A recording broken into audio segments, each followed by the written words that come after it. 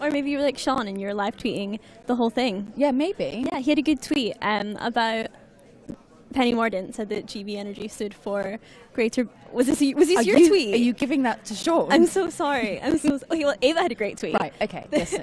So Penny Mordaunt said, GB stands for giant bills. And it took about 15 minutes to convince Sean that it was funny to make a joke about birds' beaks. It was very funny. Thank you. Right, what was your standout moment, Laura? Should we start with tax? Yeah, I think that is a good place to start. A medical student asked in the audience, how can I ensure that I graduate into a functioning NHS? And it saw Stephen Flynn get the first round of applause of the night by saying... 17 minutes in, I believe. Yeah, by saying that in an SNP-controlled Scotland, you wouldn't pay a single penny in tuition fees for your studies. What a difference that would make to your education and your future. And then he brought up the IFS report that said that current spending plans show that there would have to be £18 billion worth of cuts in public spending. And he posed that question to Angela Rayner, who did look... Would you say she looks a little flustered over that? I think she might have been a little bit flustered because, so to put this into context, during the last leaders' debate, obviously, that was when Rishi Sunak began this whole £2,000 per year per household tax furore. Civil servants have refuted. The UK's the statistical body has also refuted, and also we've seen for the last couple of days now many Labour MPs candidates out on the broadcast rounds shouting Rishi Sunak as a liar. Penny Mordaunt decided to double down on that tonight and bring back the £2,000 per household pledge that apparently Labour are ready and raring to go to implement. So I suppose she was a little bit flustered because I think possibly she wasn't expecting that sort of level of double down. Yeah, I think that £2,000 moment will definitely be one of the standout moments of the debate. Penny Mordaunt was quite literally shouting into her microphone about it. £2,000! But I think Stephen Flynn kind of hit the bingo card of words: austerity, Brexit, and now this conspiracy of silence over the £18 billion in cuts. But I guess that Angela Rayner maybe wasn't going after the SNP's record as much as she could because the Labour Party know that they don't particularly need to convince Scottish voters. They don't need the Scottish vote. They need to convince the English voters. Are trying to convince former Conservative voters to vote for is them. that what you think? See, because I do you know what? I think you're right, actually, because I think that perhaps Labour are sort of taking Scotland for granted. They're looking at the polls and they're sort of going, okay, look, a lot of that will turn red. We do actually need them to get this huge, sizable majority. But what will be, will be. It doesn't really look like they're pursuing it with sort of the vim and vigour of really trying to take it. Yeah, well, we saw the Plaid representative Rin there say that stop taking Wales for granted, giving the kind of similar line there. I guess they are actually taking Wales for granted as well, aren't they? Because they're sort of just expecting all Welsh voters to stay with Labour. There's not really sort of you don't really feel the fight that they're putting up in England, Scotland and Wales. It's interesting because I think we saw the devolved parties there particularly come together on immigration. Flynn again had, and I think. Do you think it's fair to say that Flynn was a standout performer of the debate, or am I wrong there? I think definitely he won the crowd. But then I also think that Daisy Cooper did pretty well with the crowd. Let's just stay on tax though for 1 minute. So what you were leading on? No, why are you saying sorry? It was me who was deviating. I was correcting myself.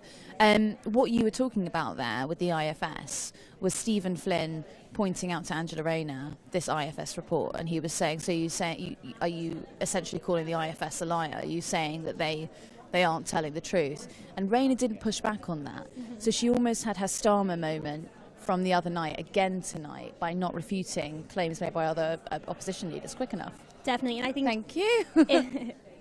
It might be it would be kind of dangerous territory for this to become a recurring theme of the campaign for Labour, especially considering how we saw Angela really trying to promote the Labour Party as the party of fiscal responsibility tonight.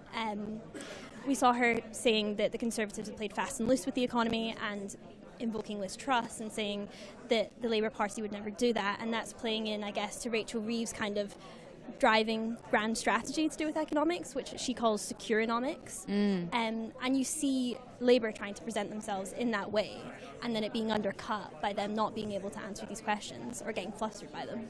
Because one thing that was odd was that I think that we've got someone to join us. Hi, how are you? Great. How are you? Should we switch Good, out? Would you like my No. Why don't you? Have you finished? I don't want to just march in. No. Please do come in. amazing. We're actually Thank you. live at the moment. Would you like to introduce yourself to the Joe audience? Yes, absolutely. I'm Zach Polanski. I'm Deputy Leader of the Green Party of England and Wales. I'm also a member of the London Assembly. Can you tell me how you thought Carla did tonight? I am very happy, as you might be able to tell. I just think we've had 14 years of this Conservative government, and they are toast, they are gone. And then we've got this Labour Party that have just refused to oppose at every level, and I think we saw that tonight. We saw this bickering between Angela Rayner and Penny Mordaunt, and as Carla Denyer for the Green Party said, it just wasn't particularly dignified. But I think having the Green Party on stage with real change, real hope, actually having sensible policies about how to do things to protect the NHS, to redistribute wealth, so a wealth tax on multimillionaires and billionaires, to put that money back into public services, and the fact she stood there and applauded migrants. We don't just, tolerate migration, we celebrate migrants. And I was really genuinely pleased to hear the audience clapping that too.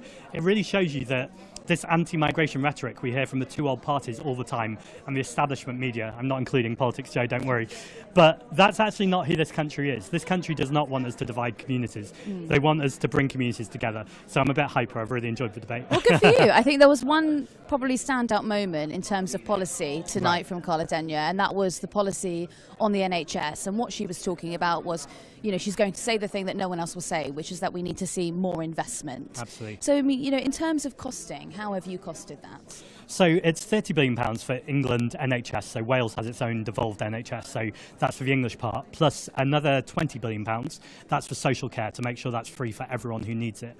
So that's every year for the next 5 years. And then the capital investment, that's over the next 5 years of the Parliament, is £20 billion. So that's looking at things like crumbling buildings, outdated equipment. And we're not getting those information, just from the air. Those are the things that NHS experts are telling us really need to happen with our service. Now, the Labour Party are talking about putting investment into the NHS, but they're talking about moving small pots around. And what I think Carla was so clear on, and I'm really proud of the Green Party, is we're saying politicians need to be honest with people. It's not good enough to just say we need to do these small tweaks. Actually, we need huge investment in our National Health Service. The Conservatives have been privatising it through the back door, but now we've got Wes Streeting saying that he would open the door to privatisation, and he doesn't have a problem with that. We have seen over and over again during the pandemic that ultimately if you trust private companies with our health, with our public health, that is the road to danger. And actually we see that with other things too. Thames Water, all the water companies are literally incentivized to pump sewage into our water. So I don't think we should trust private companies with things that should be public services. When you say they're incentivized, is that because we're not like levying a high enough penalty on them if they do it? Is that what you mean? Yes, exactly that. It's partly that penalty, and it's also about the money that goes to the shareholders. And sometimes rather than dealing with that waste in a way that you should do, just pumping it into the water is a cheaper way. And again, they just take the penalty on the chin and go, actually, you know what? That we can afford that because we're getting billions of pounds in dividends. That is clearly not a way to run a country. Now, the fair challenge would be how do you pay for all of that? And that's why the wealth tax is so important. Just a 1% tax on people with assets of over £10 million or more, and a 2% tax on people with £1 billion assets or more could raise about 50 to 70 billion pounds. Wasn't it? So that was something that she introduced. There is a real divergence from, say, Labour policy. It was tax the people who are extremely wealthy rather than expecting people on lower incomes to fill the exchequer. That's quite a radical policy. I don't even know if it's in radical. This election. I'd even say Nigel Lawson came up with the idea of a wealth tax a few decades ago. So it's just interesting where the centre of politics is shifting. But the other thing I'd say is the really dividing line is the climate crisis. So the Labour Party sometimes talk a good game on this, but they had that £28 billion sum. Now that was not nearly enough to do what we need to do on the climate crisis. But even that they've rowed back on. Now, this should not be a hard thing for a Labour Party to push forward. Take insulating every home in Britain that needs it. That's a triple win. What that does is it reduces bills and the cost of living crisis. We have some of the leakiest homes in Europe. And you'll pay for that? You would advocate for the government paying to insulate everyone's homes? Yeah, so this should be a public sector measure, because actually David Cameron in 2015 said, let's cut the green crap. That cost every single person in a home, on average, £2,000 on their bill every year. I can't hear another £2,000. Yeah, that's true. I've got to be careful with the 2K. Here we are. Let's say thousands of pounds worth on their bill. But actually, it's really important that there's also a disproportionality to this, because if you're from a working class community, if you're black and brown or from a marginalised community, your home is disproportionately more likely to be less insulated. So it's kind of a punishment on poverty. People who already can't afford to pay those bills are paying even more because their homes aren't energy efficient. So it makes your homes more energy efficient, reducing bills. It also is good for the climate crisis, obviously. It reduces carbon emissions. But crucially, it creates good green jobs that can be in trade unions, that can have proper working wages and living wages, and ultimately that should be a vision of a future where the climate crisis is a way of tackling the disability pay gap, the gender pay gap, the racial pay gap, the ethnicity pay gap. All of those things are a story waiting to be told, and the Green Party are ready to step up to that, and that is real hope and real change. I've just got to ask you something finally. I mean, I would always, I think that the Green Party is seen as a socially liberal party. I would say that you are a very anti-racist party. So Sure. Was it disappointing to you to find that there had been anti-Semitic remarks made by members of your party? Well, I reject the idea that they're necessarily anti-Semitic, so let me row back a moment. There's only 5 Jewish people in British politics who have ever been in leadership positions in British politics, and I'm one of them. So I clearly take anti-Semitism really seriously, both for myself personally, but also all the Jewish communities that I seek to represent or at least listen to. Now, anti-Semitism cannot and will never be tolerated, but in the same breath, I'm really proud of the stance the Green Party has taken on Gaza. We were clear from the very beginning that there needed to be a ceasefire, a release of all hostages, and end arms sales to Israel. We should never conflate anti-Semitism, which is really seriously and must be tackled, with genuine criticism of Benjamin Netanyahu and this Israeli government. Now, some of the complaints I've seen have been things like walking along with the Palestinian Solidarity Campaign. That cannot be classed as anti-Semitism, and genuinely, as a Jewish person, that makes me feel less safe, because when I see genuine anti-Semitism, I need to be able to call that out, and if we've blurred the boundaries, that's dangerous. Now, I'm not saying anyone has never made an anti-Semitic remark in the Green Party. Of course there'll be anti-Semites in the Green Party. There's anti-Semites in society, so there'll be in any political party. But we've just stood 575 candidates for biggest ever at the next election. That's a candidate in every single seat in England and Wales, bar one, where we're a one nomination signature off. We have asked 3 people to step down. I think we need to get this in perspective. So yes, take it really seriously, but I think it's pretty clear what's going on in the media. We're talking about a wealth tax, we're talking about tackling the wealthy, and we're talking about challenging the Israeli government. So I'm not surprised to see accusations of anti-Semitism. Okay. Ooh. I mean, on the end there, I suppose that's a quite tricky line to end on there, isn't it? Because, in itself, that could be quite a problematic statement. Well, I think, again, I'm Jewish and we've got to be really clear with these things, that anti-Semitism is not acceptable, but also blurring the boundaries is not acceptable. So let me give you a quick example. Luke Akehurst, he's been parachuted into North Durham. It's a pretty safe Labour seat. He is not Jewish, and he's been walking around, or he's been on Zoom saying that people who don't support the Israeli government aren't really Jewish. We're not quite Jewish. We might be culturally Jewish, but we're not actually You're Jewish. You're referring to the tweets, the historical tweets that have been, yes. Exactly. But for a non-Jewish person to be policing my Judaism is genuinely anti-Semitic. Right. So if the Labour Party is serious about tackling anti-Semitism, then they need to deal with Luke Akehurst, or at least make a statement for it. Now, I'm not throwing stones. It's not good enough to say we don't have racism in our party because we've got racism in your party. But I think for the Jewish Labour movement, who have been making a lot of these accusations, to have also not stood up for Faiza Shaheen, or have really stood up for Diane Abbott, shows that there is a difficulty or a challenge with racism where we need a more nuanced conversation about it, where it is not politicised or weaponised by political parties, but actually anti-Semitism is treated with intention and care in the same way that Islamophobia or any other racism should be dealt with. So I hear your challenge to me that it's a problematic statement, but I also think that it's not good enough just to be appropriate, in inverted commas, on these issues. I think when people are making accusations of anti-Semitism, it's not good enough to kind of just say, yeah, that's really problematic, we're just going to kick everyone out of the party.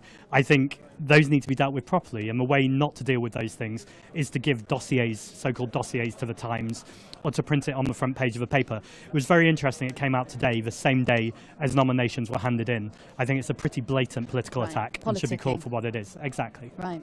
Well, Zach, thank you so much for joining us. So lovely to meet you you. must Thanks come for having back. me on. Thank you. We must have you on properly, a proper sit down. Perfect. Thank you so much. That was Zach Polanski there, and we're having Laura rejoin us. Yeah. Did you hear any of that? I heard parts of it. He was very pleased with Carla Denyer, obviously Carla Denyer, and we were talking specifically about the distinction that she made, or the policy distinction that she made in terms of tax. Mm-hmm. We've got the two main parties there who say that they're not going to borrow more, they're not going to tax more. The Green Party will tax more, they're going to tax the wealthy, and he's saying he's following the Nigel Lawson school of thought that a wealth tax is good. Yeah, and Ollie Dugmore as well, school of thought there. That well, you know, Nigel Lawson, Ollie Dugmore, yeah, I mean... Tax isn't a dirty word. Yeah, absolutely. I think before we had that interview, I was talking about where the devolved parties agreed. Yeah. And it was on immigration. I think we saw Stephen Flynn and Plaid Cymru agree that the devolved nations need immigration and need people moving to them because of the ageing population. And Flynn had said that this kind of talking of cuts of immigration and kind of a race to the bottom with who can be tougher, it was driven by Farage, followed by the Conservatives, and hotly chased by Labour. What do you make of that? Well, it shows you again the divergence of the smaller parties away from the two main parties, because both Labour and the Conservatives, can't quite decide what they make of immigration. Mm-hmm. I mean, Labour in a particularly tricky spot at the moment, because Labour would be seen as the more socially liberal party that would be very happy with immigration, very pro-immigration. But one of their main attack lines throughout all of this has actually been on the Conservatives' high net migration numbers. And so every single time you hear one of the Labour candidates talk about immigration, it often sounds actually very confused, because they're trying to dance with two ideas at the same time. They're trying to dance with numbers are too high, but also we really love immigration. I think we saw that during the debate as well, because when they were talking about legal migration and work visas, we saw Angela Rayner jump to talking about small boats crossings and kind of being brought back by Michelle and by Penny that actually know what we're talking about, legal migration. But I think the Labour Party might feel more comfortable talking about it in other places. There was a stat that was introduced by Nigel Farage where he said that 50% of the number of people who have immigrated to the UK are dependents. I quickly tried to back that up. I couldn't find a huge amount of evidence for that claim. The one thing I did find was that 25% of people who seek a student visa, they do bring 25% of those are dependents. But in terms of the 50%, that seemed extraordinarily high. But I was surprised it wasn't challenged by anyone either. And also because, particularly because that law has now changed, you can't bring your dependents if you are going to come in on certain visas. So that was another bit of, I guess, of clear blue water between the parties. I'm interested in kind of what you think more generally of Nigel Farage's performance tonight. I think he got a little bit lost in the sauce. Do you think that? I would agree. I think it's interesting. I think it's interesting that Nigel Farage for so long in the British media has been hailed as this kind of extremely gifted, once-in-a-generation type orator.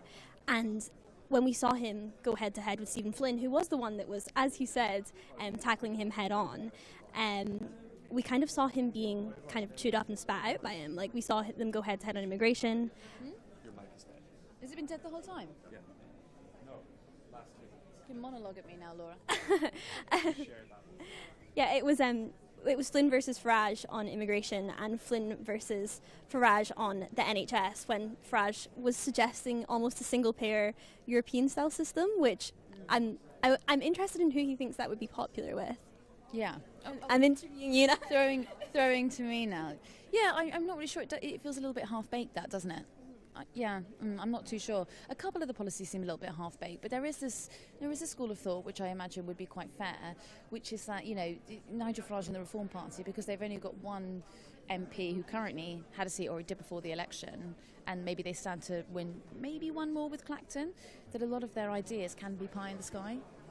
They don't have to be, they don't have to be practical. We saw him... We saw Farage talking about oil and gas there as well, and I was struck by your piece in Clacton, which went out today. Were you struck? Oh, there was a man. I was struck by the man wearing a T-shirt that said "I love oil and gas." Yeah. What were you hearing from Farage's supporters, and what do you think they will have thought of his performance tonight? I wonder, well, I think one line that will go down very well with them is that he raised £100,000 for the taxi drivers to take veterans to Normandy, although his phrasing on that was a little bit odd. It was. Because he said, I raised all this money to take them back to Normandy, and it was like, okay, so is that like the new small boats policy? Send them back, Send them the back. Rwanda policy. Yeah, it was like, okay, that wasn't really what we meant with Dunkirk. Okay. But I can imagine that sort of line will go down very well. I mean, what's happened, obviously, with Rishi Sunak and D-Day is going to go down fantastically well. He will be now in the pubs for the next couple of days down in Clacton. All they are going to talk about is Rishi Sunak's contempt for veterans. That is all they will talk about. It will be top of the agenda. Anything else you would like to add on that? I'm wondering what you think about how you think his law and order line will have played. There was a question about knife crime and being concerned about knife crime, and we saw Nigel Farage invoke this quite like Nixonian law and order line, which sounds like quite neutral language, but I think if you look into the context and the history of that phrase and kind of what it means to people, it was part of Nixon's Southern strategy, which was to use this neutral, racially neutral language, colourblindness, which we saw Farage invoke, saying it shouldn't matter what the colour of your skin is, but actually those policies in the 60s in America were incredibly racialized in practice. And I'm wondering, what do you think that those law and order lines have cut through, and who do you think they have cut through with? Yeah, I mean, I think they absolutely will have cut through. But the glaring, obvious counter to that argument is that black people are disproportionately targeted by stop and search. I mean, particularly in London, particularly in areas like Tottenham and Hackney. I mean, we're still in the wake of Child X, who was the young girl who was strip searched. She was underage because apparently she smelt like marijuana, but there was absolutely, well, I believe it's concluded now, but there wasn't a lot of evidence to prove that. People around them were saying. So yeah, I mean, I think one of those sort of things, that sort of policy, really good cut through with the kind of, perhaps the Clacton voter that might be looking at the previously a Conservative voter who might not have been quite happy enough with their policies, would like to see the party move a little bit closer to the right. They'll love it. Everyone else, I hope they would be able to see through that. I think, to go back to immigration, Penny Mordaunt had an interesting line, because Farage said that this was going to be the immigration election, and Penny Mordaunt said it might be an immigration election, but it is a cost of living election. What did you make of that? Well, it was an interesting strategy, wasn't it? Because, I mean, why would you point out two things that the Conservatives haven't been particularly strong on? Yeah, I think it was interesting because she seemed to not want to talk about immigration, so was deflecting with the cost of living, which was utterly bizarre, because they also don't have a good record on that either. Well, because you've got to remember as well that Penny Mordaunt was a huge proponent of Liz Truss. You know, she was one of her big backers to make her leader of the party. And so when you're getting into any area like the cost of living crisis, which, you know, the Conservatives will argue is because of headwinds, but can be attributed to, you know, the guilds, but, you know, practically crashing, overseen by Liz Truss, you sort of go, oh God, is it really the right time for you to be bringing up the cost of living, or just in terms of PR strategy? It's interesting because we saw Penny Mordaunt invoke growing GDP there, and then I think Carla Dennier quite rightly pointed out that GDP might be growing, but so too is inequality, and actually measures like inequality are a much better measure of the health and wealth of a nation. And she also pointed out that some people got very rich off of the pandemic, and that the pandemic really spurred this growth in inequality. I think she could have pushed that further, you know. I know, because I think we could have asked who got quite rich off of the pandemic. Yeah. I think she could have actually really... Wait, have you got an answer for that? Well, certain PPE contract recipients might have got quite rich off of the pandemic. Well, yeah, I don't know why she didn't push that further. A certain baroness. It's like well, I mean, like, push it. Like, yeah. There wasn't... You could kind of tell the two candidates who'd really been... No, actually, that's not fair, what I was about to say. No, it is. I think Daisy Cooper from the Lib Dems and Angela Rayner from Labour had really, you know, they'd had their Weetabix, I guess. They came in really ready to fight, and actually you could tell that Angela Rayner had had a briefing, something on the lines of Keir Starmer was too polite during the last leadership debate, interrupt, speak over the interviewer, get involved. Yeah. Whereas, you know, you kind of felt that actually parties like Hello. You actually sort of felt that, the other independent parties were sort of sitting back a little bit. I think Stephen Flynn, I would say, was definitely on the attack. He didn't really interrupt, though, did he? No, he didn't. Yeah. No, he didn't. Yeah, Penny seemed to be quite quick to interrupt a lot of the Rishi Sunak style of debate there, maybe. But yeah, I wonder if that's kind of, I don't know if it is, I'm literally just speculating, a kind of strategy there that Keir Starmer, we've seen him even over the D-Day stuff, take a step back and kind of let his shadow cabinet members go out on the attack. Do you think there's any relevance in that?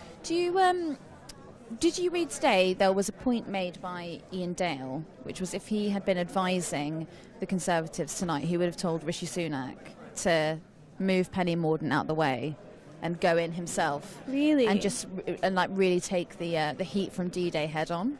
Really? That's interesting because obviously D-Day came up right at the beginning and Penny Mordaunt said what Rishi Sunak did was completely wrong and we had agreement from all 7 candidates. That Rishi Sunak was in the wrong there. Yeah. Not a good look for him. I mean, I think that, that was probably the strongest line that they could have actually taken. In terms of, just getting it out the way, there was no more pushback because then it would just been a rinsing from everyone, every other candidate. I think we are going to be joined shortly by, Perfect. by Ree. Would you like to do it or shall I do it? I will let you do it. Okay. Here you go. Thank you. Hello, how are you? Sorry, I've got to keep hold on because it's a little bit loose, so I'm not being rude to you. We'll go opposite. Would you like to introduce yourself to the Politics Show viewers? Yep, I'm Rhina Piorwaith and I'm the leader of Plaid Cymru, fresh from the auditorium and still haven't taken my makeup off. Well, you look very calm and collected considering that you've just been up on stage. I have spent many, many hours in television studios over the years. Maybe that's a part of it, but really, you are nervous going into a debate like that. You don't know which way the conversation is going to go. You don't know what the questions are going to be. But yeah, I enjoy it, I guess. I thought that you made a very poignant remark sort of nearer the end of the debate where you said, you were here and you were proud to be representing Wales tonight, but actually a lot of the policies you'd like to see influencing the rest of the candidates, and you'd like to see that sort of being on the Westminster stage also in a more prominent way. Do you think that there is an argument that perhaps Wales isn't spoken about enough in national media? Absolutely, and let's be absolutely frank, had I not been here this evening, I don't think we would have had any mention of Wales or pursuing Wales's interests. I do believe firmly that there are values that are important to me and what I'd like to do in Wales that are as relevant to people in any part of England or Scotland as they are to me, and that's the point I was trying to make, because I'm in politics because I want to make a difference. I'm in politics because I want to tackle inequalities. I'm in politics because I want to pursue fairness that I believe most people would want. It's just that for me, of course, doing that in Wales, being able to devise policy and pursue politics in a way that is peculiarly and specifically Welsh is really, really important. It's why I support independence and doing things in slightly different ways across these islands. One line that we hear repeatedly from Rishi Sunak and many of the cabinet ministers is that Labour-run Wales is failing when it comes to the NHS. Is that something you agree with? I mean, it's frustrating, I'll tell you this, to hear the Conservatives only talk about Wales when they want to give us a punching. Right. That's the only time they will refer to it. I mean, David Cameron famously called Offa's Dyke the line between life and death. Now, I do agree with them that Labour's made a hash of running the NHS in Wales, but I also throw it back at them that they have made a complete hash of recognising the need to have decent levels of public spending. Because, when Labour blame the Conservative government for not giving them enough cash to do what they want with the NHS, I agree with them. But also it's about poor decision making by 25 years of Labour health ministers. Right. I mean, so do you think there's a point here of Labour relying too much on the devolved government aspect? I tell you what's going to happen now. Labour are going to win this election, yeah? So Keir Starmer's going to be in Downing Street 4 weeks today. And then Labour in Wales won't be able to do what they've been doing for the past 14 years and saying, we can't do anything, it's all the Tories' fault. They're going to have to own it.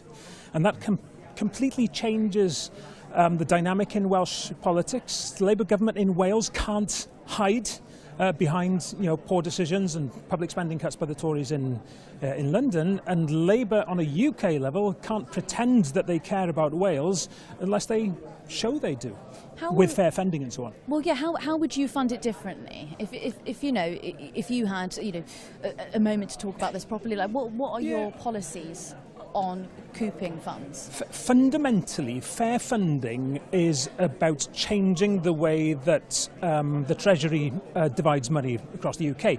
Wales is funded currently under what's called the Barnett formula.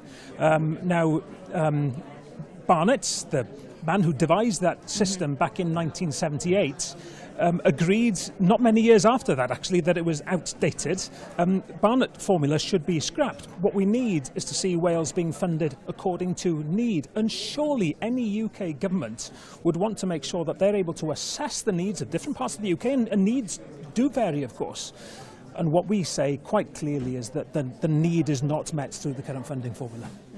I've got to ask you as well about the workers. So, over the past decade or so, you've seen many industries vacating Wales. You've got a current issue in Port Talbot at the moment with the steelworks. You've also got, the remnants of British Rail are sort of scattered around the country. I mean, what would you do differently in order to keep those businesses in Wales? Well, and I've seen many, sort of in my part of Wales, many job losses in recent years. We need to build a new kind of economy.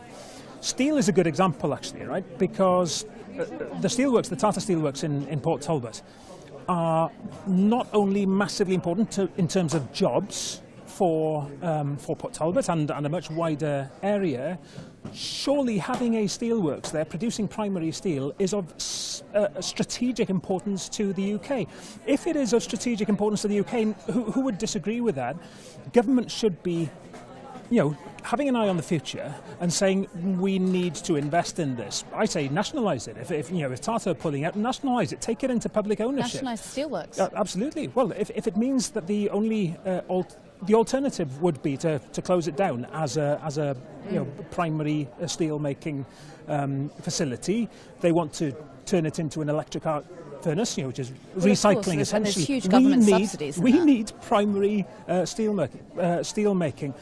But when you look at something that is genuinely of strategic importance, we're talking about very small sums of money. Yes, there are many, many millions, but in the big scheme of things, the need to keep this for the future, in terms of the jobs, in terms of what it provides for the economy, just invest. And it's just a good example of government recognising that it can be bold, that it can make bold investment decisions. Steel is a good example, but you could look at all sorts of different ways of supporting industry. In other industries, it's making sure that the skills are there, apprenticeships are there. And one point that I've been making recently is that government is all too often interested in short-term measures, doing things that might give them a return by the next election. Let's start thinking in the long term and making investments in connectivity, transport, digital, that will generate economic activity for years to come. I've got to ask you, just finally, you had a little bit of a dance there with Nigel Farage. I believe it was around immigration. Your policies on immigration, different to reform? You know what? We couldn't be more different to reform. Nigel Farage vilifies people. He has done it all his life, and he, for personal gain, wants to play on people's fears and anxieties, which are driven by poverty and lack of hope, not by immigrants. We need immigration to this country. Absolutely needs to be controlled. Every country has rules on its borders, but let's be realistic here. We need immigrants for health services, for growth in the economy. Nigel Farage has his own agenda, which couldn't be more different to mine. Great. Well, thank you so much for joining us, and Pleasure fantastic to talk to you. performance tonight. I think you'll be very pleased with yourself. What are you doing now? I'm staying with my daughter Yeah? this evening, and we might go for a coffee, shall we say. Lovely. Enjoy yourself. Thank you very much. Thanks so much. Right, that was... Oh, sorry, I'll just have you hand that back to Laura. Fantastic. There you go, Laura. Thank you so much. please. What did you make of that? Nationalise the steelworks, did I hear him say? I know. I was stunned into silence. As someone that's been to Port Talbot and reported from the steelworks and the job losses there, what did you make of that? Well, I felt like he knew his audience. That's very well here. I mean, absolutely. I think one thing that's fascinating about Port Talbot is the huge level of subsidy that has been poured into it by the Conservative government. Rishi Sunak has done many a deal with Tata Steel to keep the steelworks open, but that has transpired into the steelworks closing and this transition into an electric furnace. That was sort of the headline of that, is that it's green policy, green climate policy that is killing off British industry, when in actual fact it's foreign investment that is basically looking at the numbers and going, no profit, we don't want to be here. It's cheaper to run it somewhere else. Absolutely. Yeah, and we had Stephen Flynn bringing up nationalised water and rail in Scotland as well. How do you think it will feel, or how do you think it does feel for English viewers watching that, maybe wishing for some similar policies? I mean, obviously Labour have pledged some nationalisation of the rail, and hearing devolved nations be so much more radical on these things. How do you think they'll feel about that? Well, as an English voter, as an English constituent who has both been subjected to huge fees on our student loans and also is now frightened of the tap water, it was two hard things to hear tonight.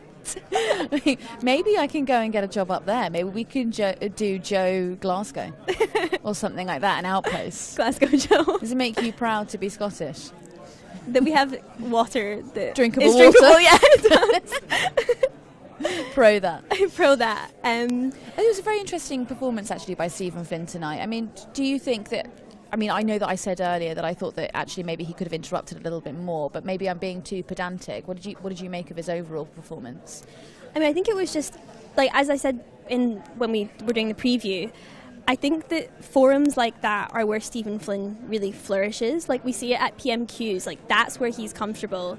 That's where he can perform. And it goes back to what we were saying about the idea of oration and who's a really good speaker. And how that's previously been Nigel Farage. And not to segue, but while you were interviewing there, a story broke that Anthony Mack, who was the Reform candidate in Clacton that Nigel Farage swooped into and announced himself as Reform candidate, is now running against him as an independent. What do you make of that? Do you know, this is exactly what I expected. Really? And I'll tell you why. Because going into Anthony's likes on Twitter, the last tweet that he had liked just before Nigel Farage had declared his candidacy was a tweet that said, there is no way that Nigel's going to run here.